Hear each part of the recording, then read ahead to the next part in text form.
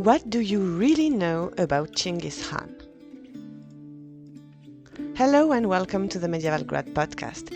It's a podcast brought to you by medievalist.net, where we chat with graduate students and early career researchers to learn about the new trends in medieval studies. I'm Lucie Laumonier, a medieval historian and the podcast host, and today I'm talking with Dotno Pount, a PhD candidate at the Department of East Asian Languages and Civilizations at the University of Pennsylvania. At the time of the interview, in late January 2022, Dotno was actually in Mongolia, which is a long way from North America. There is actually a 13 hours time difference between us. Hello Dotno, I'm really grateful you took the time to talk. Hi Lucie, I'm so happy to be here. Thanks for inviting me. It's my pleasure. So Dotno, you received your MA from the University of London, and in your thesis you studied immigration in Inner Mongolia in the mid-20th century. Now for your PhD, you look at the cult of Chinggis Khan between the 13th and 17th century. So I'm wondering, I'm assuming that written evidence from the 13th, 14th century Mongolia, it's like kind of Middle Mongolian language, a very different language than today. So where did you learn that? Are there courses at the University of Pennsylvania? No, actually Middle Mongolian is kind of, it's unjustly neglected. My advisor says that it's a fault of the previous generation of scholars who didn't even create a dictionary of Middle Mongolian. Oh, there is no dictionary? No. Oh my God. So Yes. how did you do? The most of the sources I'm working with right now are from much later, but Middle Mongolian itself, my advisor and some other people work on it. It's kind of just based on each person's knowledge working on it. Really, the scholar has to just get a grasp of all these, really disparate number of languages that have any evidence of this. Aside from a couple of, there aren't that many like Middle Mongolian written monuments.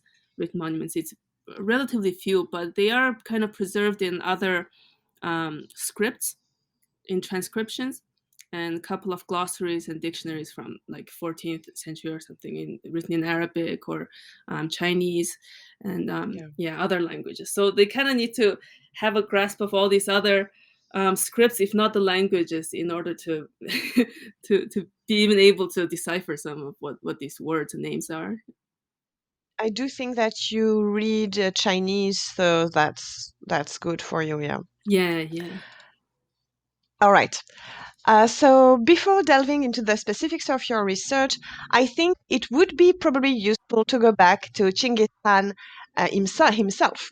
The public, I believe, knows him as a 13th century conqueror, and when hearing his name, I assume that most Westerners have in mind a formidable warrior who carved out a gigantic empire stretching across Eurasia.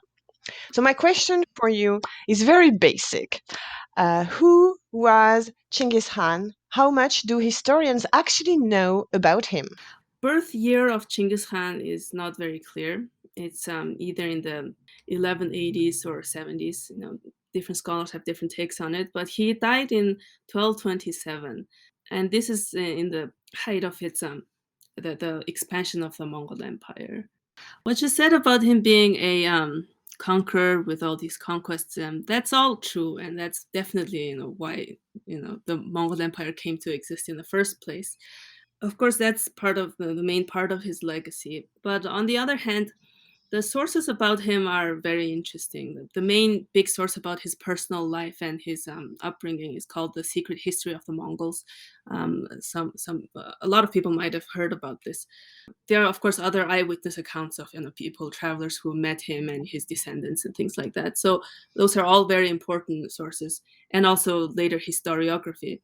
Written by historians who wanted to write history of Mongol Empire. But the secret history is really special because for a story of a narrative of a conqueror, there really aren't that much conquering in the secret history. It's just kind of like condensed in a sentence or two. It just says, and then he went and conquered China and like the Central Asia. Like, it's just like, yeah, and then he went and did that, and then he came back, and then this court intrigue happened, and then like these people, they said that, and it's kind of like very focused in Mongolia and on the relationship between people in Mongolia, his immediate family, and the power struggles and things like that. So you really get this like a very, very like a very close account of how society worked in Mongolia. Yeah. So secret history would be something you should read if you want to find out more about who he was as a person. And I guess um, if you were to think about how it characterizes him, it's also very complicated. And because uh, on the on one hand, of course, his rise, and he's definitely the protagonist of the story, and you read about his rise from childhood. But on the other hand, there are some really not so flattering portraits of him. He kills his half brother when he was just a teenager, and and when his father tells basically his future father-in-law that my son is afraid of dogs, and this is when he was like 9 or 10 years old. Like, so so these things that you wouldn't kind of expect from the portrait of a of an emperor and someone who's so revered. It's also in the secret history, so it's a very interesting source. All right. Thank you very much. Hmm. Well, so let's keep building the foundations for our discussion on your research. Could you tell us a little bit about the Mongol Empire? How was it organized?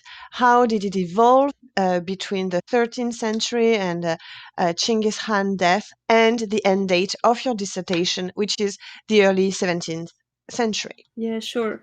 So the empire itself grew out of Chinggis Khan, himself. And it's kind of a complicated story, but he basically, at the beginning of the 13th century, he had consolidated control of Mongolia. Before that, there were a couple of different kingdoms, and they had, all a very complicated relationship with the surrounding empires and kingdoms. And basically, Chinggis Khan is able to piece by piece kind of collect everybody together. And by the early 13th century, he was making incursions into the Jurchen Jin Empire immediately to the south, and also while doing that, he's also having this double front, conquering Central Asia, and there's all kinds of stories of justifying why he had to do it. Basically, that's how it started, and his successors, his sons, grandsons, all continued this project.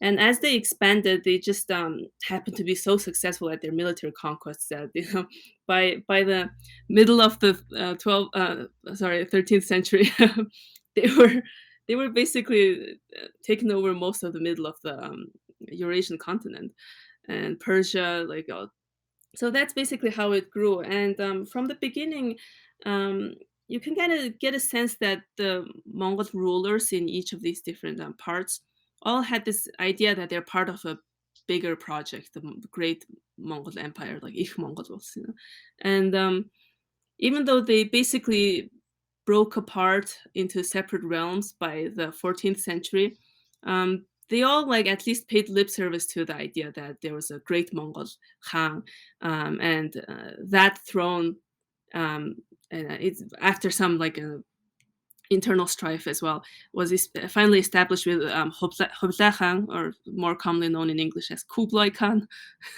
So he basically consolidated control in 1260. By the end of that decade, he had this very consolidated kind of imperial model based on the Chinese dynastic model established. With the help of the Chinese, of course, who had, of course, by that time surrendered. So by the 1270s and 80s, his conquest of southern China, the Song Empire, was complete, and he's like attacking Korea, taking over Korea and attacking Japan, and all, just really really expanding like crazy. And so after his death, there's kind of like a retrenchment. All of these really crazy conquests basically grind to a halt. They're still trying, but it's just not meeting it. They're not meeting as much success. Um, so, and in the 14th century, you get this series of emperors, and so but by this time, the idea of like Chinggis Khan and Kublai Khan, they have become these revered ancestors.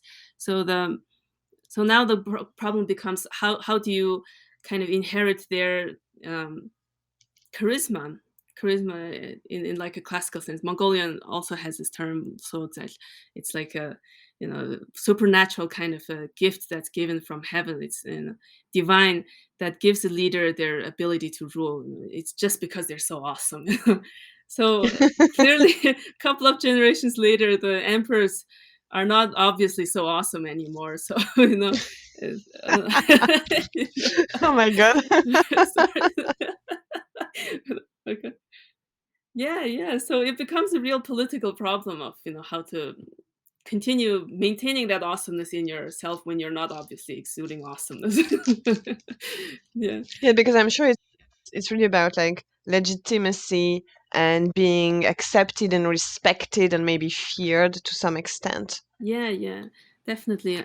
And from some accounts of like this Ichorte, it's like a great gathering of, it's like a conference to elect, like nominally elect the next Khan. This happened in 1294, I believe, yeah, after Kublai Khan died.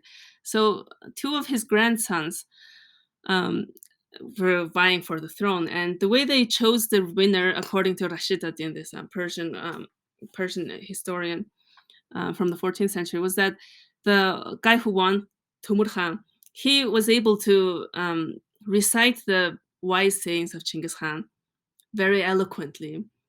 And so he was like, really inspiring in that sense. And the other guy who wanted to win, Kamala, he had like a lisp or I don't know, a stuttering problem. So he didn't win because of his speech impediments.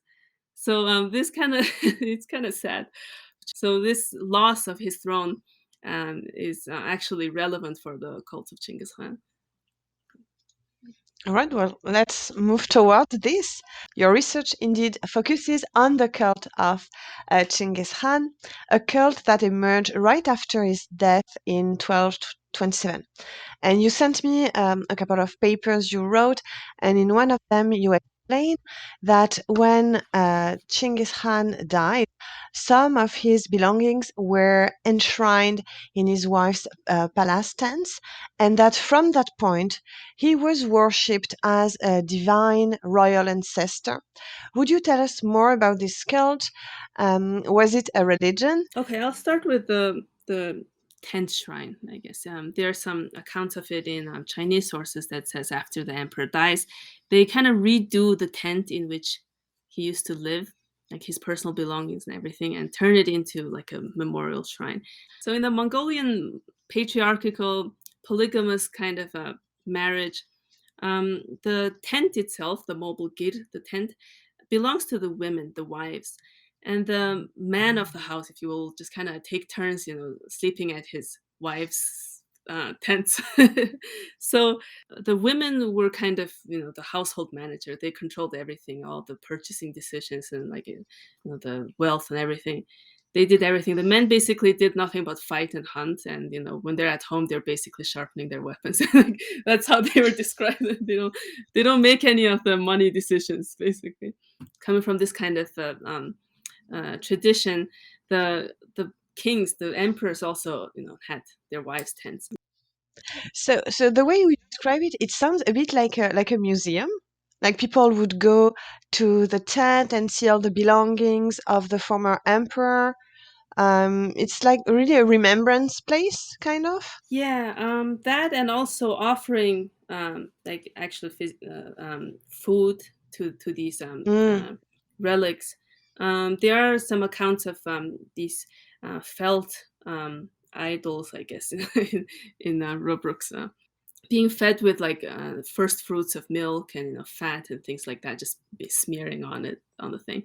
And we also read of the emperors offering like it's kind of like aspersing holy water, but it's actually a kind of libation because it's a little more than that. But Mm. libation in the European tradition, I guess, is poured on the ground. But this is kind of like liquid milk or alcohol thrown up towards a flag or some standard battle standard and things like that. So this kind of worshiping would happen. And another one also very important is worshiping the fire, the hearth of the gid.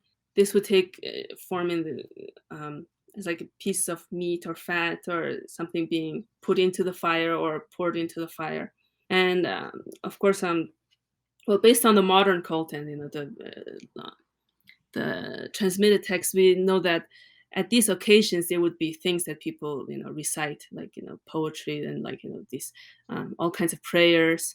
There's a couple of different types from the cult text nowadays, but I imagine back then this kind of an oral performance was also a very important part of the worship and practice. So in that sense, it looks like a religion to us today, but back then it's probably just very much of just dealing with the reality that your ancestor is still there and they need to be propitiated. Yeah. Um, this is actually another important part of the cult that we should probably talk about. The glossolalia, like the cult text, the transmitted cult text has some songs, like 12 songs written in the heavens language. And this is just complete nonsense. Like some people were guessing maybe it's some kind of a foreign language, but obviously it has no um, likeness to any known real language. Actually, if you compare this to other records of like glossolalia, uh, it's basically the same kind of utterance that people say when they're under like this ecstatic state.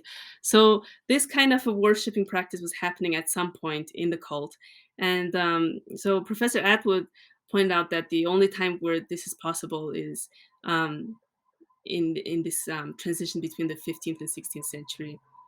Um, During what's called the Dain Khanate period. Dain Khan is like and it's a title given to supposedly one Khan, but eventually I think he's right in figuring out that it's actually two brothers, and some kind of succession crisis happened, and everything since all the court activities was conducted in so since all the court activity was conducted orally, there's no written sources written from there's no written sources from this period at all, except for these transmitted texts potentially from the cult of Chinggis Khan, including these like ossified glossolalia texts. You write in one of your paper that in general, like the medieval history of Mongolia has been greatly overlooked. And I was wondering, because I feel like we hear a lot about, like, I don't know, the Golden Horde, the Empire, but I was wondering, what's the deal with that? Do you think it's details lack, people don't go back to the primary sources? How would you characterize the historiography of medieval I guess Mongolia? there are two parts of the medieval Mongolian history that are kind of ignored. One Mm. is just the centuries leading up to the rise of Chinggis Khan and the consolidation of the Mongol Empire, and another is this period between the downfall of the Mongol Empire until the advent of the Qing. These periods have always been covered with rather like sketchy facts and details because I guess they're not really readily available. Not a lot of work has been done in those on that front, actually. On the other hand, there's also this ideological factor. I think in the 20th century, most of this area was kind of trying to follow some kind of a Marxist-Leninist orthodoxy. However they were formulated by the communists of the 20th century in here. Not that Marx said anything about this, but but basically this idea that there was this feudal decay happening was orthodoxy, and people accepted it, and the facts seemed to support that hypothesis. So it was just kind of left at that, to say well, the feudals, and they got powerful, and then of course they had to suffer from feudal decay until they were so much weakened that we fell under the yoke of the Manchus and then the yoke of the Buddhists and the double yoke. But on the other hand, medieval history of before the rise of Mongol Empire is kind of a little bit thorny to some nationalistic people, because what you find is that the people in Mongolia were rather, heterogeneous. Mm. There were Turkic speakers, there were Mongolian speakers, and maybe some other language speakers, and they were intermingling and mixing. And besides that, if you go early enough, the Turk Empire and the Uyghur Empire and all these, non-Mongol empires were kind of, originating from this place. So this brings the question of what about the real, quote unquote, real Mongols, and where were they, and what kind of claim do they have on this? And so even today, like, a lot of people are kind of annoyed when these Turkish pan-Turkists, I guess, come to Mongolia and they try to, like, have a deeper connection with Mongolia because their, ancestor comes from here. And a lot of people get really, really annoyed by this. So I think it's kind of like an issue that people don't want to deal with too much, or they take like a rather ethnocentric stance on it and don't want to face the existence of Khitans or what's on. Of course, this is more like on the popular front. I think especially the scholars, especially the archaeologists, are doing something very different. They're just, what they do is they dig up things and identify things and say, this is Khitan, this is Uyghur, and, it's just part of our past. There's nothing you can do about it. Like, yeah. Yeah, but I think there is something so universal about people and communities trying to go back to the medieval past, trying to trace their origins. There is often issues about modern identities, immigration, sometimes racism, sometimes not wanting to see what's there, or trying to write a different kind of spin the story to write the story they want. And it's very universal in the Middle Ages. It's always kind of the hostage of the situation, I think. Yeah, yeah, definitely. I think that's happened All through right. Mongolian history too. Yeah, and it's still ongoing. Mm. All right. So thank you very, very much. And I think the last question will be the conclusion. I usually like to ask my guests what advice they would give to a grad student. So it can be any type of grad student. Well, the one big lesson I learned, I think something I did right, that, and I'm glad I did. Basically, I'm glad that I kind of picked a topic that my advisor had been, brewing in his head for a long time. It's kind of like a research project that he thinks is really necessary and, important, but he doesn't have time to do it, and nobody else is going to do it. So that way I'm able to kind of avoid the problem of changing topics many times because I find out that it's a dead end, or realizing that I Yeah. didn't have enough information to really make that decision in the first place. So that's what I basically Mm. knew going in, since I'm switching time periods and interests and all, switched a lot of things. So I know I don't have the background, but I think the difficult thing about people who have some background in their field is that it's very hard to know exactly how much how much you don't know.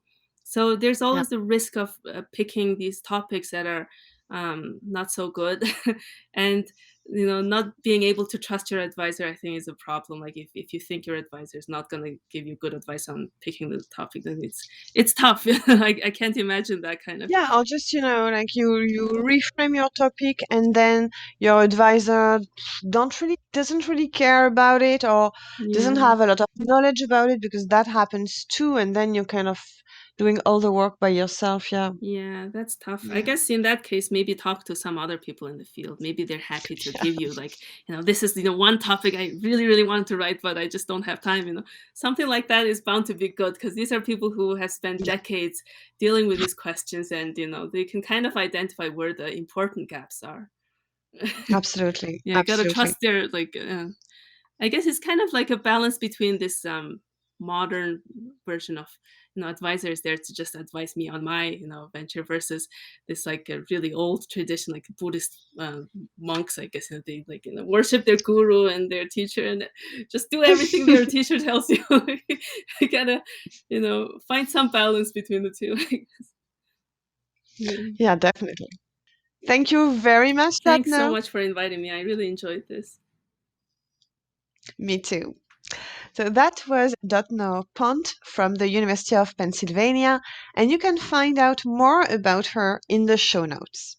Stay with us because the episode isn't over yet.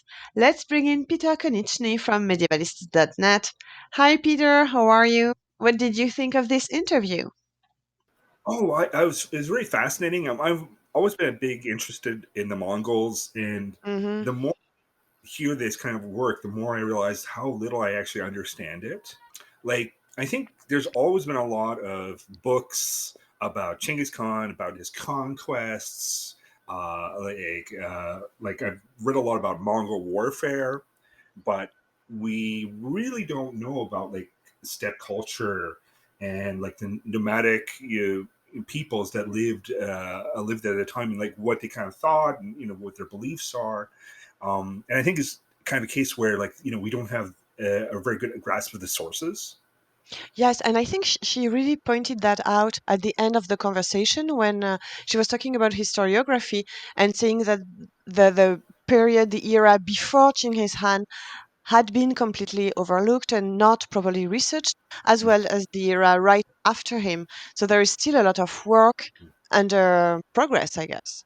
Yeah, like I think a lot of people go into it and they read sources that are fairly distant, like like European sources. Like there's accounts of like monks traveling to like the Mongol court, and that Yeah. seems to be like that's the main source, but that really is very distant, right? So it's something that it takes a lot of work, a lot of language ability to kind of grasp. So I really admire Dotno is for her work. Yes, and I think it's still in the episode, in the podcast. I didn't cut it out, but at the beginning she mentioned that there is not even like a dictionary for the Mongolian language. And you're like, what? There is no Yeah, dictionary for the Mongol language? yeah, For yeah. the That's medieval? And it's crazy. Well, it's not crazy. It shows how much work there is still to be done on that particular field of research. yeah. That's kind of like the basics that like scholarship needs. So you can see how much there's room for improvement in that field. Yeah. And so were you surprised when you heard about all the cult, the Chinggis Khan cult?